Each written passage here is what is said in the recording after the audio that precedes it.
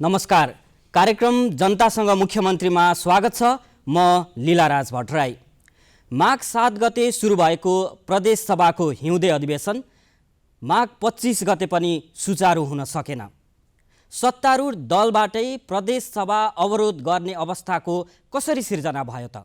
र अब प्रदेश सभाको अधिवेशन कसरी सुचारू हुनेछ?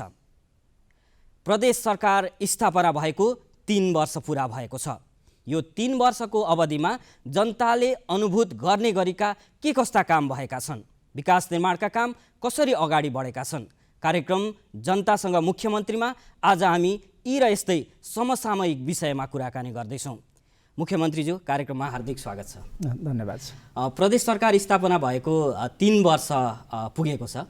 यो 3 वर्ष यहाँले प्रदेश सरकारलाई नेतृत्व गर्दा भएका कामहरूबाट कतिको सन्तुष्ट हुनुहुन्छ? म बिल्कुलै सन्तुष्ट छु। यसकारण कि हामीले शून्य बिन्दुबाट काम थालेर हामीले यो 3 वर्षको समय पुरा गर्दै गर्दा धेरै महत्त्वपूर्ण उपलब्धिहरू र सफलताहरू हामीले हासिल गरेका छौँ। एउटा बलियो आधार र जग हामीले तयार गरेका छौँ, जुन जगमा उभिएर प्रदेशवासी दाजुभाइ दिदीबहिनीहरूको आकाङ्क्षालाई हामी पुरा गर्नको निम्ति अब तीव्र गतिमा हामी अगाडि बढ्न सक्छौँ। यस कार्यक्रममा सविस्तार 3 वर्षमा हामीले गरेका उपलब्धिहरूको चर्चा गर्न सम्भव छैन, तर यही 3 गते प्रदेश सरकारको 3 वर्ष पुरा गरेको चाहिँ अवसरमा हामी एउटा महत्त्वपूर्ण कार्यक्रमको आयोजना गर्दैछौँ, जो हरेक वर्ष हामीले 3 गतेका दिन गर्ने पनि गरेका छौँ विगतमा। र यस वर्ष पनि हामी फागुन 3 गते हामीले गरेका महत्त्वपूर्ण उपलब्धिहरू र कामहरूलाई हामीले 220 बुँदामा एउटा हाते पुस्तिकाको रूपमा हामी सार्वजनिक गर्दैछौँ, जुन पुस्तिका प्रत्येक दाजुभाइ दिदीबहिनीहरूले गोजीमा राखेर फुर्सद भएको बेला समय मिलाएर हेर्न सक्नुहुन्छ, पढ्न सक्नुहुन्छ। हामीले गरेका महत्त्वपूर्ण उपलब्धिहरूलाई, कामहरूलाई हामीले त्यस हाते पुस्तिकामा चाहिँ समावेश गरेका छौँ। हजुर, अब मुख्यमन्त्रीज्यू सन्तुष्ट हुनुहुन्छ। अब जनता चाहिँ सन्तुष्ट हुने गरी यो 3 वर्षको अवधिमा खास गरी जनताले अनुभूत हुने गरेका कामहरू चाहिँ के कसरी अगाडि बढे? हामीले पहिलो चाहिँ कानुनी संरचनाहरू हामीले तयार गर्ने काम गरेका छौँ। यो 3 वर्षमा ती महत्त्वपूर्ण चाहिँ उपलब्धिहरू हुन्। त्यसका आधारमा हामीले आवश्यक नियमावलीहरू, कार्यविधिहरूको तर्जुमा गरेका छौँ। जुन ऐनहरू, जुन कानुनहरू, जुन कार्यविधिहरू, नियमावलीहरू र निर्देशिकाहरूको माध्यमबाट हाम्रा योजनाहरू, हाम्रा नीतिहरू, हाम्रा कार्यक्रमहरू चाहिँ कार्यान्वयनमा गइसकेको चाहिँ अवस्था छ।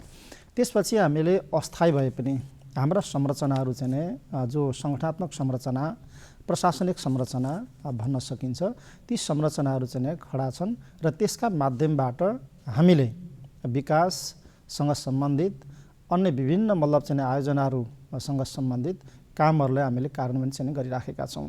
र हामीले जनतामा एउटा दरिलो चाहिँ विश्वास, दरिलो एउटा चाहिँ आधार हामीले चाहिँ खडा गरेका छौँ। त्यो भनेको चाहिँ जनताहरूको आफ्नै चाहिँ आँखा अगाडि, आफ्नै सामुन्नेमा, आफ्नै आँगनमा सडकहरू तयार भइराखेका छन्, सडक पुलहरू बनिराखेका छन्, खानेपानी आयोजनाहरू धमाधम चाहिँ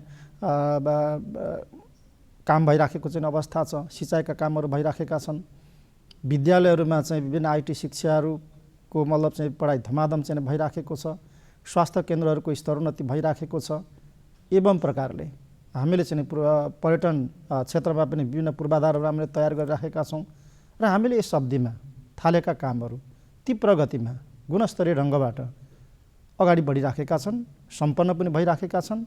म स्वयंले नै यस बिचमा यसभन्दा अगाडि पनि मैले चर्चा गरेको छु कि मेरो आफ्नो हातबाट शिलान्यास भएका सडकहरू, सडक पुलहरू मेरो आफ्नै हातबाट चाहिँ उद्घाटन समेत भइसकेको चाहिँ अवस्था छ। हजुर, जस्तो प्रदेश सरकार नरहेको भए अथवा नभएको भए यी कामहरू हुँदैनथे, अर्थात् प्रदेश सरकार भएकै जनताले चाहिँ कसरी अनुभूत गर्ने त? प्रदेश तहको संरचना अथवा सङ्घीय संरचनामा अथवा यो प्रणालीमा देश नगएको भए यो चाहिँ सम्भव थिएनन् यी विकासका चाहिँ चाहिँ कामहरू।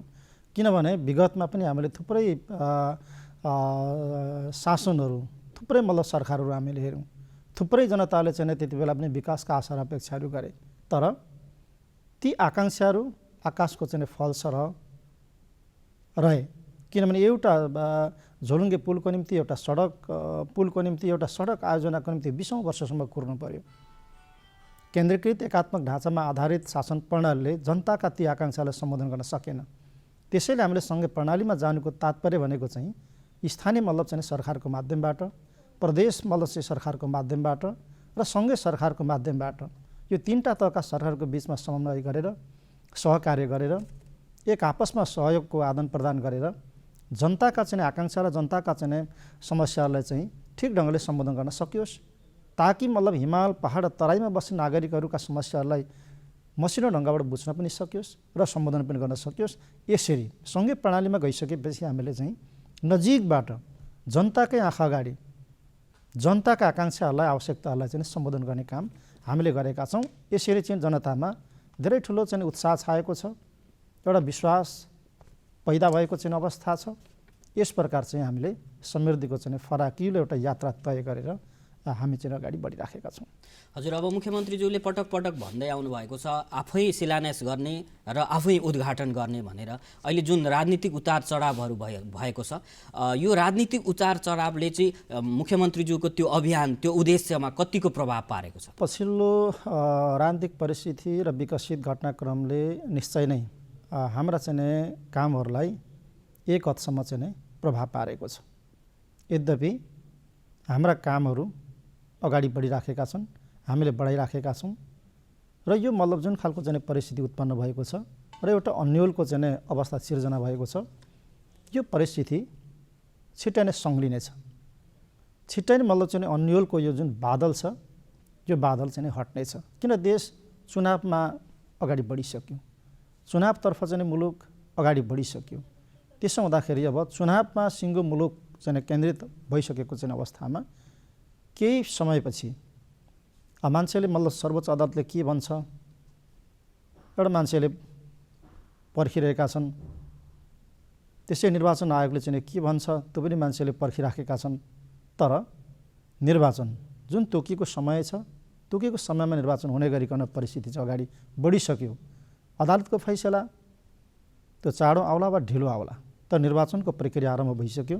निर्वाचनको सम्पूर्ण तयारी निर्वाचन आयोगले चाहिँ गरिराखेको छ र दलहरू पनि कुनै न कुनै हिसाबले चाहिँ निर्वाचनको तयारीमा चाहिँ अगाडि चाहिँ बढिसकेको छ। त्यसो हुनाले चाहिँ यो जुन प्रकारको अन्यल अथवा प्रदेश तहको कुरा गर्ने हो भने प्रदेश तहमा पनि जुन प्रकारले चाहिँ अराजकता र अस्थिरता सिर्जना गर्ने गरेको प्रयास स्वरूप मतलब अविश्वासको प्रस्ताव चाहिँ अगाडि बढाइएको छ।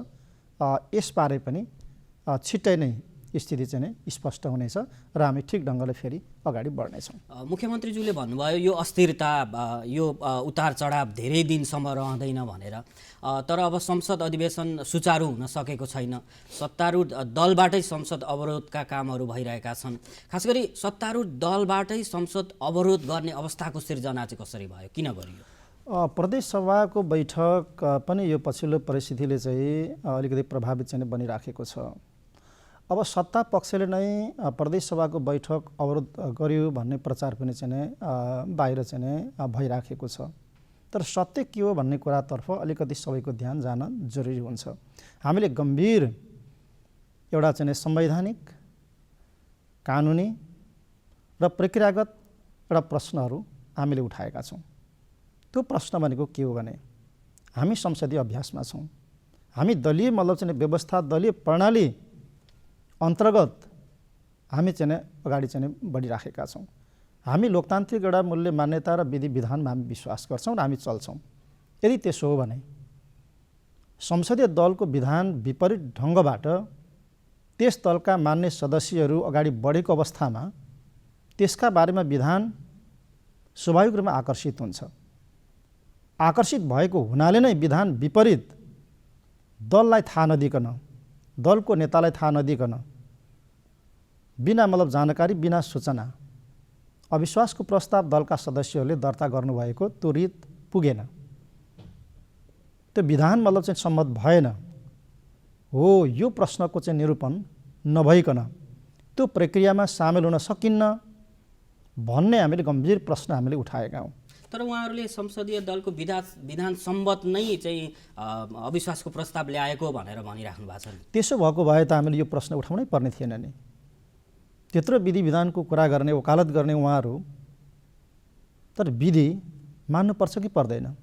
हामीले किन संविधान बनाउने, किन कानुन बनाउने, हामीले किन दलहरूले विधान बनाउने, हामी खेलमा किन नियम बनाउने? आफूलाई जे लाग्यो त्यो गर्ने हो भने किन विधान चाहियो, किन संविधान चाहियो? उहाँहरूले आफैले बनाएको विधान उल्लङ्घन गरेर अगाडि बढ्नुभयो। त्यस कारणले हामीले क्वेसन उठायौँ। त्यस कारण चाहिँ विधान सम्मत हामी अगाडि बढ्यौँ भन्ने कुरा यदि त्यो सत्य हो भने त यो कुरै उठ्ने थिएन। हामीले 24 घण्टामा मतलब चाहिँ स्पष्टीकरण सोध्नुपर्ने अथवा प्रस्ताव फिर्ता गर्नुहोस्, रितपूर्वक अगाडि बढ्नुहोस् भन्नुपर्ने अवस्था आउँदैन थियो। त्यसैले उहाँहरूले विधि मिच्नुभयो, विधान तोड्नुभयो, विधान विपरीत ढङ्गबाट चल्नुभयो। दलीय व्यवस्थामा, संसदीय अभ्यासमा, दलीय प्रणालीमा दलका सदस्यहरू कोही पनि स्वतन्त्र हुँदैनन्। हरेक दलका सदस्यहरू दलको लगामभित्र हुन्छन्, त्यो विधिभित्र हुन्छन् र दलको आदेशमा पनि चल्छन्, स्वतन्त्र हुँदैनन्।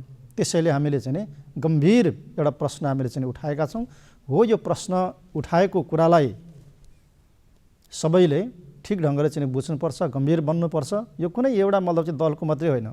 यदि यो नजिर बस्यो भने, स्थापित भयो भने भोलि कुनै पनि मतलब चाहिँ दलहरू यसबाट अछुत रहन सक्दैनन्। त्यसैले सबै दलहरू यस विषयमा चाहिँ गम्भीर बन्नुपर्छ। हामीले प्रश्न चाहिँ यो उठाएका हौँ। हजुर, जस्तो उहाँहरूको तर्क चाहिँ के छ भने अब संसदीय दलको नेता विरुद्ध नै अविश्वासको प्रस्ताव आउँदा उहाँलाई नै सोधेर त कसरी हुन्छ र भन्ने किसिमका तर्क गरिरहनु भएको छ नि। होइन, किन दलको विधानमा नै त्यो प्रश्न छ। किन दलको विधानमा दलको नेतामाथि अविश्वासको प्रस्ताव राख्ने हो भने त्यहाँ उपनेता हुनुहुन्छ, प्रमुख सचेतक मार्फत त्यो जनाउ दिनुपर्छ, सूचना दिनुपर्छ, थाहा दिनुपर्छ। थाहा दिइसकेपछि त्यसपछि प्रस्ताव मतलब लिएर जान सकिन्छ। हाम्रो विधानले भनेको त्यो हो, हामी आफैले पास गरेको विधान हो त्यो। अनि त्यो विधान त्यति प्रश्न हुँदाहुँदै उहाँहरूले त्यस्ता खालका मतलब चाहिँ कुरा गर्नु भनेको चाहिँ त्यो गैर जिम्मेवार कुरा हो। त्यसैले हामीले चाहिँ यो विषयलाई अलिक बढी नै गम्भीरतापूर्वक हामीले चाहिँ उठान गरेका हौँ। सभामुखसँग चाहिँ मुख्यमन्त्रीको मिलेमतो छ र पटक पटक संसद स्थगितका लागि भूमिका खेलिरहनु भएको छ भन्ने किसिमको उहाँहरूले आरोप लगाइराख्नु भएको छ नि। खास कुरो के हो? यो आरोप मात्रै हो यो। किनभने सरकार प्रमुख र प्रदेश सभाको सभामुखको बिचमा समन्वय हुनैपर्छ। किनभने सभा सञ्चालनको निम्ति सरकारले बिजनेस दिनुपर्छ र बिजनेस मात्रै होइन, कसरी मतलब चाहिँ सभालाई सञ्चालन गर्ने, सरकारसँगको परामर्श बिना, छलफल बिना त्यो सभा सञ्चालन हुन सक्दैन। त्यस सन्दर्भमा सभामुख र मुख्यमन्त्रीको बिचमा छलफल परामर्श नहुने कुरा भएन। तर जुन प्रकारको आरोप छ मिलेमतो अथवा साँठगाँठ अथवा अझ अर्को के भाषा चाहिँ उहाँहरूले चाहिँ प्रयोग चाहिँ गरिरहनु भएको छ, यी कुराहरू वाइजात हुन्, ती गलत हुन्। सभामुखज्यूले पनि त सबै परिस्थिति आङ्कलन गर्नुहुन्छ नि। विषय के हो त्यसमा छलफल उहाँले पनि त गराउनु पर्ने होला, सबै दलहरूलाई बोलाउनु पर्ने होला, नेताहरूलाई बोलाउनु पर्ने होला, छलफल गर्नुहोस्, परामर्श गर्नुहोस्, निकास निकाल्नुहोस्, सभा सञ्चालन गर्ने वातावरण बनाउनुहोस् भन्नुपर्ने होला। त्यसपछि अरूलाई पनि त्यो समय आवश्यक भएको होला। त यो जम्मै परिस्थितिलाई ध्यानमा राखेर सभामुखज्यूले आफ्नो विवेक प्रयोग गर्न सक्नुहुन्छ। त्यो विवेकको माध्यमबाट बैठक, त्यो मतलब चाहिँ सूचना टाँसेर स्थगित गर्ने वा मतलब चाहिँ अर्को सूचना नभएसम्म स्थगन गर्ने वा मिति मतलब चाहिँ तय गरेर चाहिँ स्थगन गर्ने, त्यो उहाँको स्वविवेकीय त्यो अधिकार हो सभामुखको। तर कार्यव्यवस्था परामर्श समितिको बैठकमा त अविश्वासको प्रस्ताव टेबल गर्ने भनेर निर्णय भएको थियो नि, तर टेबल त हुन सकेन। कार्यव्यवस्था समितिले निर्णय गरेको होइन त्यो। कार्यव्यवस्था परामर्श समितिमा भनेको चाहिँ सभामुखले परामर्श लिने हो। आज मतलब चाहिँ को कार्यसूचीमा कसरी अगाडि बढ्ने, बैठक कसरी सञ्चालन गर्ने, विशेष समय, शून्य समय, लगायतका मतलब चाहिँ कुरालाई कसरी अगाडि बढाउने यी आदि कुराहरूमा उहाँले परामर्श लिने हो। त्यो विषयवस्तु मतलब तय गर्ने, प्रस्ताव तय गर्ने, पारित गर्ने कार्यव्यवस्था परामर्श समितिले होइन होला। अब सभामुखज्यूले संसद मतलब चाहिँ प्रदेशसभा सचिवालयले अविश्वासको प्रस्तावलाई कार्यसूचीमा राख्यो होला, तर परामर्श समितिमा लामो छलफल भयो, परामर्श भयो, धेरै कुराहरू मतलब त्यहाँ बाजियो। सरकारको तर्फबाट पनि त्यहाँ हाम्रो आन्तरिक मामिला मन्त्रीज्यूले त्यहाँ भाग लिनुभयो, सरकारको कुराहरू उहाँले राख्नुभयो। पछि मतलब चाहिँ एउटा अन्डरस्ट्यान्डिङ बन्यो। त्यो अन्डरस्ट्यान्डिङ बमोजिम हामीले उठाउनु पर्ने गम्भीर केही प्रश्नहरू थिए, ती प्रश्नहरूको उठान भयो। त्यस पश्चात सभामुखज्यूको चाहिँ सो विवेकले त्यसपछि बैठक अर्को मिति तय भएर स्थगित भयो। अब संसद सुरु त भयो, तर संसदले बिजनेसै पाएन भन्ने पनि कुरा छ नि। सरकारले किन संसदलाई बिजनेस दिन नसकेको? बिजनेस दिन्छ। विधेयकहरू अब प्रदेश सभामा दर्ता हुन्छन्। हामी केही दिनभित्रै आवश्यक विधेयकहरू र नै बिजनेसहरू हामी तय गर्छौँ, किनभने सरकारले प्रदेश सभालाई बिजनेस दिनुपर्छ। अब यो माघ 7 गतेदेखि 25 गतेको बिचमा चाहिँ संसदीय दलभित्र देखिएको विवाद मिलाउने भनेर भनिएको थियो, तर मिल्न सकेन। प्रयास के भयो? मिलाउने प्रयास के गरियो त? अब प्रयासहरू थुप्रै भए, खास गरेर हाम्रो तर्फबाट। आन्तरिक मामिला मन्त्री स्वयंलाई मैले सक्रिय हुनको निम्ति भनेर उहाँले सबैसँग छलफलहरू गर्नुभयो। तर एउटा विडम्बना, ठाडै विधान मिचेको कुरालाई पनि अहिलेसम्म घुमाउरो पाराले चाहिँ स्वीकार गरेको छ। हामी चुक्यौँ भनेर, हामीले गल्ती गऱ्यौँ भनेर, हतारमा गरिएछ भनेर उहाँहरूले कुरो चपाउँदै घुमाउँदै चाहिँ उहाँले स्वीकार गर्नुहुन्छ, तर सिधा चाहिँ उहाँहरूले भनिरहनु भएको छैन। त्यसले उहाँहरूलाई नै राम्रो गरिराखेको छैन। किनभने के बहुमत पुग्यो भन्ने नाममा सेतो कागजमा सडकमा बसेर अनि लेखेर त्यतिकै दौडेर हुन्छ?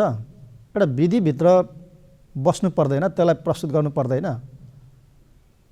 यसरी उहाँहरू हामी बहुमतमा छँदैछौँ नै, त्यो भएर बुझायौँ, त्यसो भन्न मिल्छ? त्यसो भन्न पाइन्छ? विधिको वकालत गर्ने, विधानको वकालत गर्ने, पद्धतिको वकालत गर्ने, प्रक्रियाको वकालत गर्नेहरूले बहुमतको नाममा टाउको गनेर फैसला गर्दै सडकमा हिँड्न मिल्छ? चौरमा फैसला गर्दै हिँड्न मिल्छ? त्यसो गर्ने हो भने त हरेक ठाउँमा चाहिँ टाउको गन्दै फैसला गर्दै हिँडे भइगयो नि। किन बैठक बस्नु पर्यो? किन बैठकका निम्ति चाहिँ नियम बनाउनु पर्यो? किन खेलको निम्ति नियम बनाउनु पर्यो? किन मतलब चाहिँ हामीले संविधान बनाउनु पर्यो? किन प्रदेश सभा सञ्चालनको नियमावली बनाउनु पर्यो? संसद सञ्चालन नियमावली बनाउनु पर्यो? बहुमतको नाममा चाहिँ सडकमा जे भन्दै गर्दै हिँड्दा पनि भयो नि। उहाँहरूले त्यसो गर्नुभयो हो। त्यो कुरा उहाँले रियलाइज गरेर एउटा वातावरण बनाऊँ।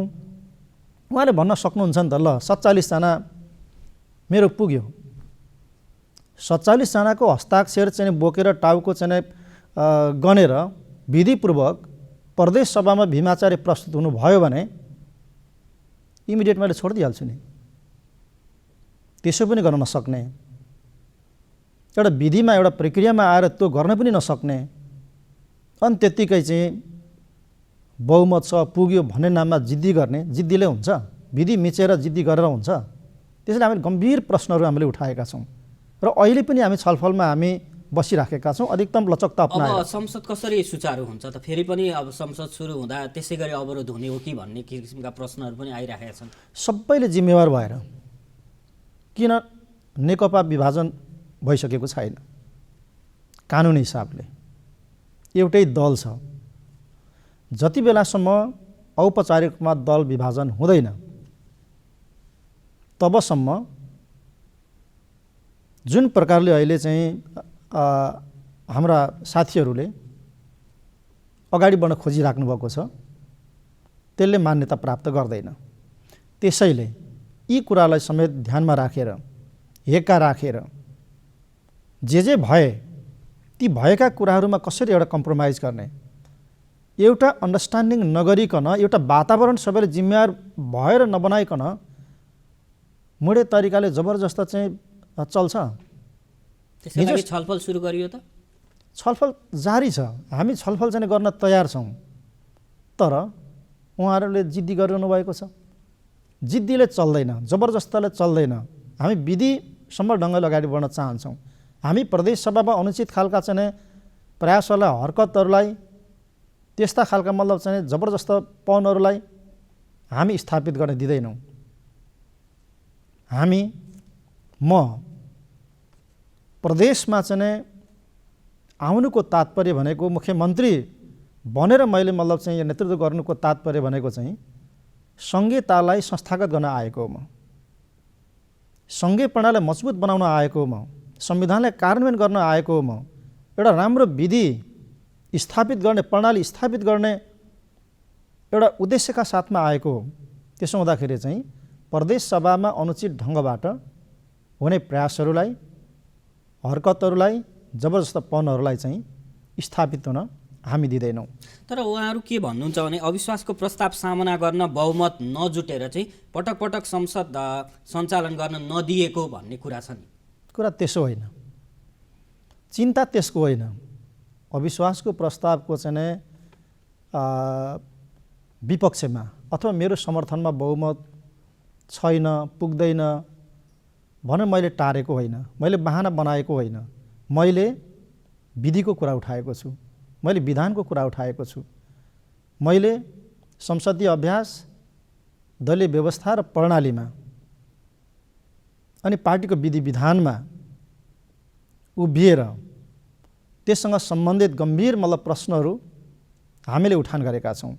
यी प्रश्नहरूको निरूपण ठिक ढङ्गले नभइकन हामी जबरजस्त प्रक्रियामा हामी सामेल हुन सक्दैनौँ। कुरा यो हो। त्यसैले अविश्वासको प्रस्ताव यी मतलब चाहिँ जुन प्रश्नहरू हामीले उठाएका छौँ, यी प्रश्नहरूको यस प्रकार निरूपण गरौँ भन्ने समझदारी बनेको दिन नै टेबल गर्दा हुन्छ। म त्यसको सामना गर्न त म तयारै छु। मैले किन सुरुको दिनबाटै मैले भनेको छु, अविश्वासको प्रस्तावलाई मजाले आरामले सामना गर्छु। यो मेरो सुरुको डे 1 देखिको मेरो यो कुरा हो। त्यसो हुनाले अविश्वासको प्रस्तावलाई सामना गर्नको निम्ति मलाई कुनै कठिनाइ छैन। भोलि मतलब चाहिँ मेरो समर्थनमा बहुमत होला वा नहोला, तर एउटा कुरा चाहिँ म फेरि पनि भन्न चाहन्छु, दोहोऱ्याउन चाहन्छु कि अनुचित ढङ्गबाट गरिने प्रयासहरूलाई र ती प्रयासहरूका मार्फत प्रदेशमा अराजकता सिर्जना गर्ने, अस्थिरता सिर्जना गर्ने प्रयासहरूलाई चाहिँ असफल तुल्याउनुपर्छ। असफल तुल्याउँछौँ र असफल तुल्याउनको निम्ति प्रदेश सभाभित्र प्रतिनिधित्व गर्ने राजनीतिक दलहरू, मान्य सदस्यहरू गम्भीर हुनुहुन्छ, सचेत हुनुहुन्छ। यो कुरा चाहिँ म प्रष्ट रूपमा चाहिँ राख्न चाहन्छु। तर काङ्ग्रेसले अहिलेसम्म निर्णय गरिसकेका छैन। काङ्ग्रेसले निर्णय नगर्दा पनि समस्या भयो भनिन्छ नि। काङ्ग्रेसले उपयुक्त मतलब चाहिँ दिन र समय आएपछि काङ्ग्रेसले निर्णय गर्छ। जब अविश्वासको प्रस्ताव टेबल हुने एउटा प्रक्रियामा अगाडि बढ्छ र दिन तोकिन्छ, नेपाली काङ्ग्रेसले, केन्द्रले निर्णय गर्छ र यहाँको संसदीय दललाई निर्देशन गर्छ। त्यो निर्देशन बमोजिम संसदीय दल र सबै मान्य सदस्यहरू कहाँ उभिने हो, निर्देशन जे आउँछ उहाँहरू त्यस ठाउँमा उभिनुहुन्छ।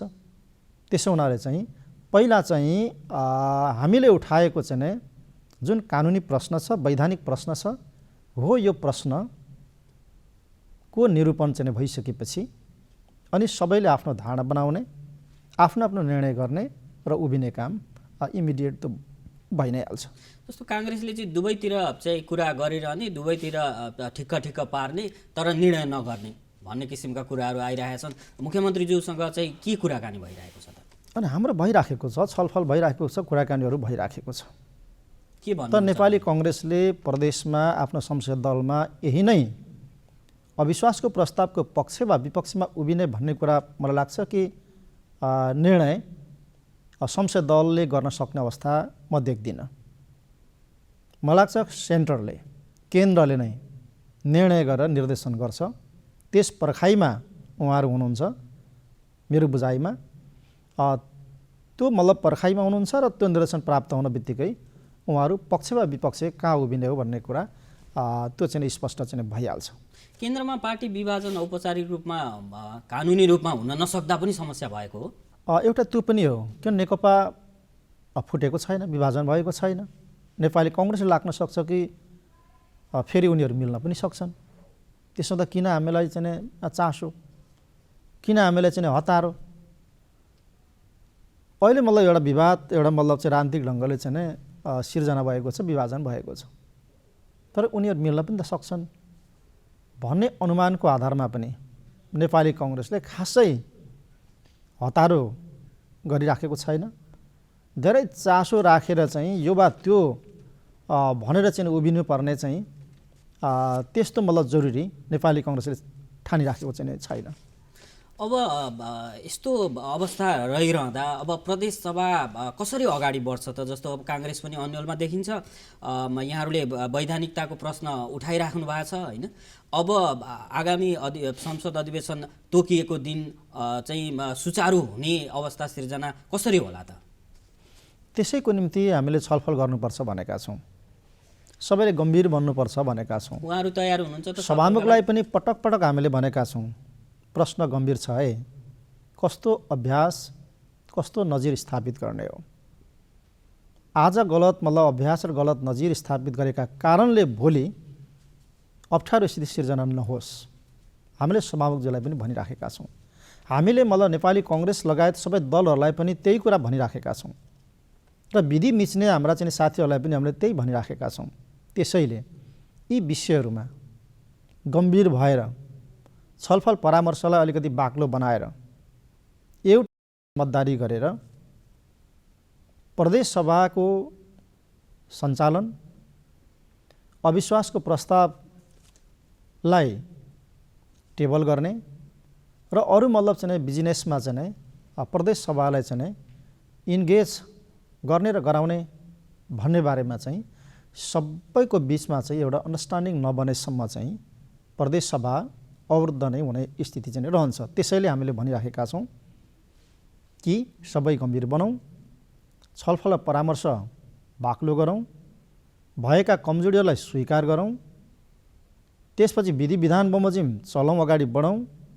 कतिपय कुराहरू चाहिँ समय पर्खिनु पर्ने होला, हतारो किन गर्ने, किन उहाँलाई रातारात विधान मिच्दै चाहिँ दौडिनु पर्यो? उहाँले अलिक समय पर्खिँदा पनि हुन्थ्यो नि त, दल फुटिसकेको थिएन। आजै दर्ता गरेर भोलि मुख्यमन्त्रीमा शपथ चाहिँ खाइहाल्नु पर्ने अब छुट्ने खालको स्थिति छँदै थिएन। भनिसकेपछि त समय अलिकति लाग्न सक्छ अझै। त्यसैले चाहिँ अलिकति पर्खिनु पर्ने होला।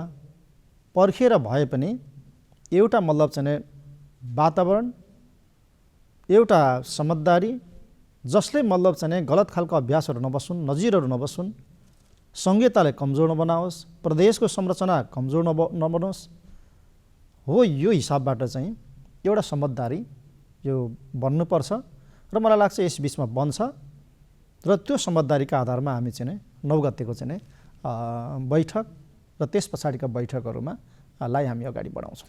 अब यसरी अन्यल बढिरहँदा चाहिँ यस्ता घटनाले निरन्तरता पाइरहँदा प्रदेश सरकार र सरकारबाट आशा गरेका नागरिक चाहिँ उपेक्षित भएको महसुस गरिरहेका छन्। हामी त्यसो पनि हुन दिँदैनौँ।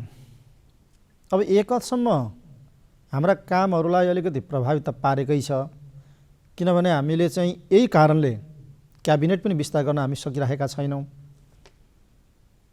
त्यसकारण हामीले मन्त्रालय खप्टाएर मतलब चाहिँ चलाउने खालको स्थिति बनेको छ र नागरिकहरूमा एउटा अन्यल, अलिकति एउटा निराशा, जुन उत्साह थियो नि, मैले अघि भने नि, यति धेरै उत्साह कि जनतामा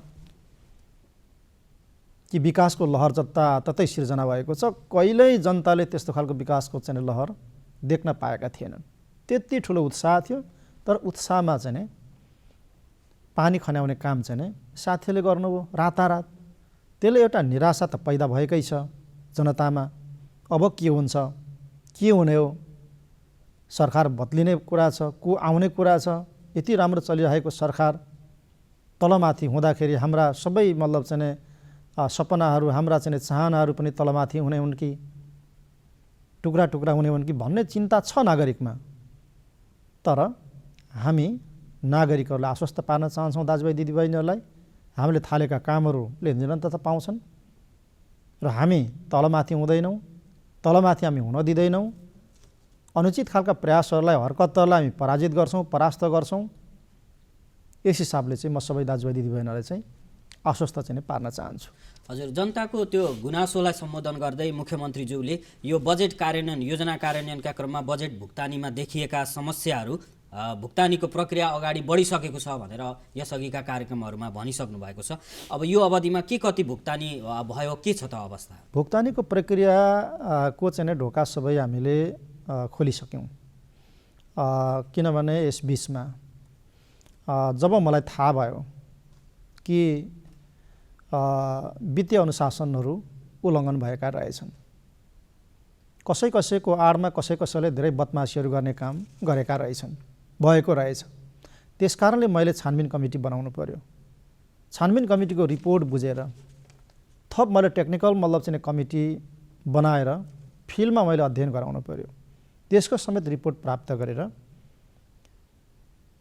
भएका कामहरूको भुक्तानी दिने क्याबिनेटबाट निर्णय गरेर भुक्तानी दिने काम अहिले धमाधम चाहिँ भइराखेको छ र लगभग चाहिँ अब केही दिनभित्र उपभोक्ता वा ठेक्का प्रक्रियाबाट भएका कामहरूको भुक्तानी सबै चाहिँ कम्प्लिटली सबैले प्राप्त गर्नुहुन्छ।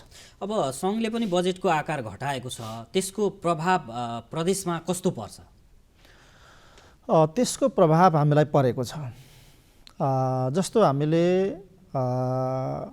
अघिल्लो वर्षको समग्र कामलाई हेर्दाखेरि सबभन्दा धेरै राम्रो प्रगति हासिल गर्न सक्ने प्रदेशमा हामी पर्छौँ, प्रदेश नम्बर 1 पर्छ।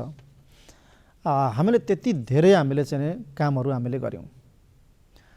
अब यो वर्षको बजेट बनाउँदा अलिकति यथार्थपरक ढङ्गबाट सबै अनुमानहरू सही गरेर बजेट हाम्रो अलिकति चाहिँ बन्न सकेन। अब तत्कालीन चाहिँ अर्थमन्त्रीले, आर्थिक मामिला मन्त्रीले विज्ञहरूको सबैको चाहिँ छलफलबाट, तयारीबाट यो हिसाबले चाहिँ अनुमानहरू गरियो भन्नुभयो। म विज्ञ थिएन, ठिकै होला भने मैले, तर अनुमानहरू चाहिँ बेठिक थिएछन्, जसका कारणले अहिले एउटा हामी बजेटको एउटा चाहिँ क्राइसिसबाट पनि गुजिरहेका छौँ। अर्कोतिर कोभिडका कारण हामीले ठुलो बजेट कोभिडमा हामीले खर्च गर्नु परेको छ। अब सङ्घबाट आउनुपर्ने बजेट जो हामीले अनुमान गऱ्यौँ त्यो पनि घटेर चाहिँ आएको अवस्था छ।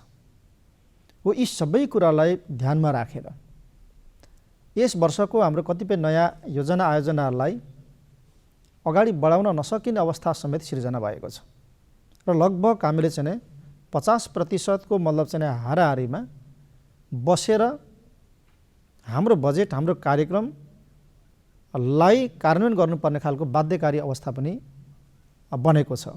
र केही दिन अगाडि मात्रै सङ्घीय अर्थमन्त्रीज्यू, सचिवज्यू लगायतसँग मैले गम्भीरतापूर्वक लामो छलफल गरेको छु। किनभने हामीले जनताका मागहरूलाई, चाहनाहरूलाई सम्बोधन गर्ने गरिकन महत्त्वपूर्ण चाहिँ योजना आयोजनाहरू, चाहे त्यो पूर्वाधार सडकमा होस्, त्यो या सडक पुलमा होस्, या खानेपानीमा होस्, वा सिँचाइमा होस्, वा कृषिमा होस्, वा पर्यटन क्षेत्रमा होस्, वा शिक्षामा, स्वास्थ्यमा होस्, हामीले महत्त्वकाङ्क्षी भएरै हामीले जनताका मागहरूलाई सम्बोधन ठिक ढङ्गले गर्नुपर्छ भनेर हामीले सुरु गऱ्यौँ। दायित्व चाहिँ धेरै सृजना भएको छ, तर कामहरू हामीले राम्रा थालेका छौँ। उपलब्धि पनि चाहिँ एकदमै तीव्र गतिमा प्राप्त भइराखेको छ। त्यसैले मैले भनेको के हो भने, यदि स्रोत भयो भने, असाध्य स्रोतको चाहिँ एउटा चापमा, दबावमा हामी छौँ। हामीले गरेका अनुमानहरू पनि तलमाथि भए। त्यसैले हामीलाई यदि भर गरेर विश्वास गरेर स्रोत उपलब्ध गर्नुभयो भने हामी राम्रो परिणाम, राम्रो उपलब्धि सहित हामी चाहिँ खर्च गर्न सक्षम छौँ, प्रदेश नम्बर 1 सक्षम छ भनेर चाहिँ अहिलेको मतलब यो जुन योजना आयोजनाहरू छन् त्यसलाई तीव्र गतिमा अगाडि बढाउनको निम्ति थप बजेटहरू विभिन्न शीर्षकमा हामीले माग गरेका छौँ र अर्थमन्त्रीज्यूले सकारात्मक रूपमा चाहिँ सम्बोधन गर्ने कुरा पनि गर्नुभएको छ। त्यसो हुँदाखेरि चाहिँ यी हाम्रो मतलब चाहिँ यो किन पहिलो अनुभव हो, हामी यो सँगै मतलब चाहिँ उसमा नयाँ अनुभव गरिरहेका छौँ। बजेट बनाउन पनि नयाँ एउटा अनुभवका साथमै हामीले बनाउँदै आयौँ। यी हाम्रो अभ्यासले हाम्रो अनुभवले हामीलाई सिकाउँदै पनि गइरहेछ। हाम्रा मतलब चाहिँ भएका त्रुटिहरूलाई सच्याउँदै जानु पनि पर्ने भएको छ र आगामी वर्षबाट चाहिँ एकदमै यथार्थ एकदमै रियल ग्राउन्डमा उभिएर अनुमानहरू एकदम चाहिँ सही बनाएर हामी चाहिँ बजेट बनाउँछौँ र कार्यान्वयन चाहिँ गर्छौँ। यो बजेट कटौती हुनुपर्ने अवस्थाको सिर्जना चाहिँ खास गरी यो राजनीतिक खिचातानीको कारणले भयो अथवा कोभिड वा अन्य कारणले? राजनीतिक खिचातानीले होइन। एक, कोभिडको कारणले। दुई, हाम्रा अनुमानहरू सही भएनन्। बजेट बनाउँदाखेरि हामीले चाहिँ ऋणको कुरा गऱ्यौँ। हामीले मतलब चाहिँ सञ्चित कोषमा यति मतलब चाहिँ बजेट चाहिँ हाम्रो बाँकी रहन्छ भन्यौँ। अनि हामीले अन्य मतलब राजस्व सङ्कलनबाट हामीले यति मतलब बजेट चाहिँ सङ्कलन हुन्छ हामीले अनुमान गऱ्यौँ। यी सबै अनुमानहरू चाहिँ अलिकति तलमाथि भए। यस कारणले हामी अलिकति चाहिँ खुम्चिनु परेको हो।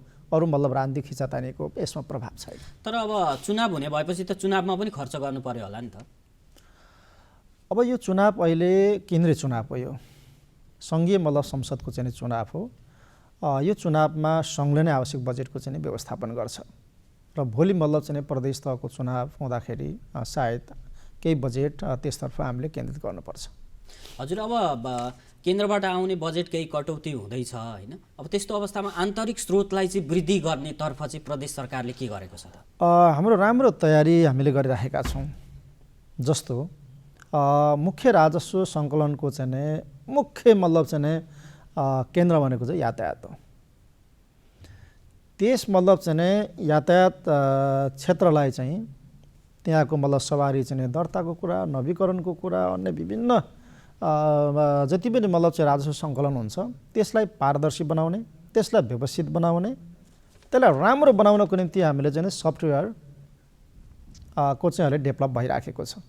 सायद त्यसको एउटा सफ्ट लन्चको रूपमा चाहिँ यही मतलब सरकारको 3 वर्ष पुरा भएको अवसर पारेर त्यो सफ्ट एउटा चाहिँ मतलब चाहिँ एउटा लन्च चाहिँ हामी त्यो दिन हामी गर्दैछौँ।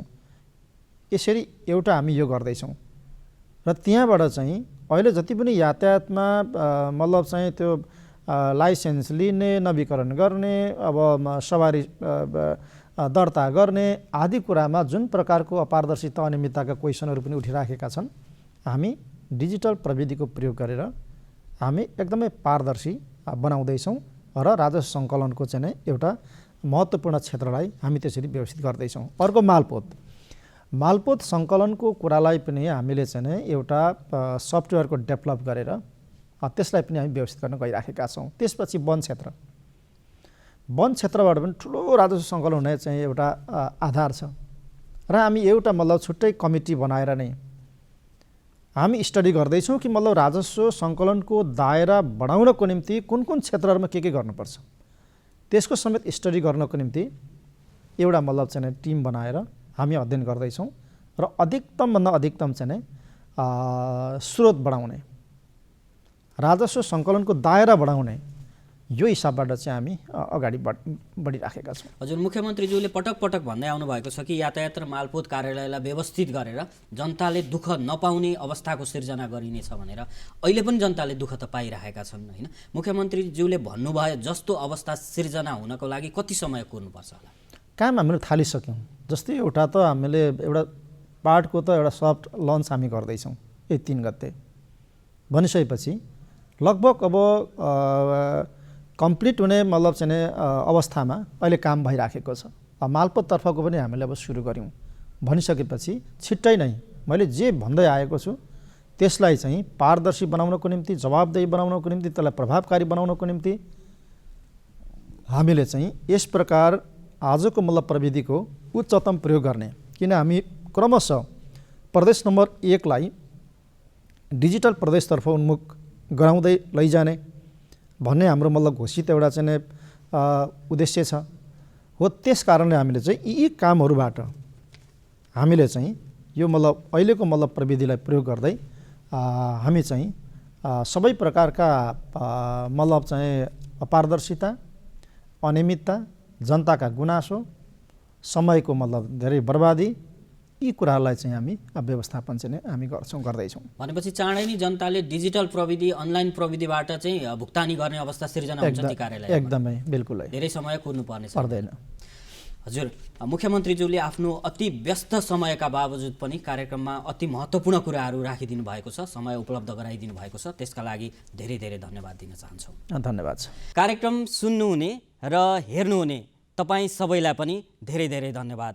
कार्यक्रम उत्पादन समूहका साथीहरू सुमन पुरी, भूमिराज पराजुली र सम्पूर्ण प्राविधिक साथीहरूलाई धेरै धेरै धन्यवाद दिँदै कार्यक्रम सञ्चालक म लीलाराज भट्टराई पनि बिदा माग्छु। नमस्कार।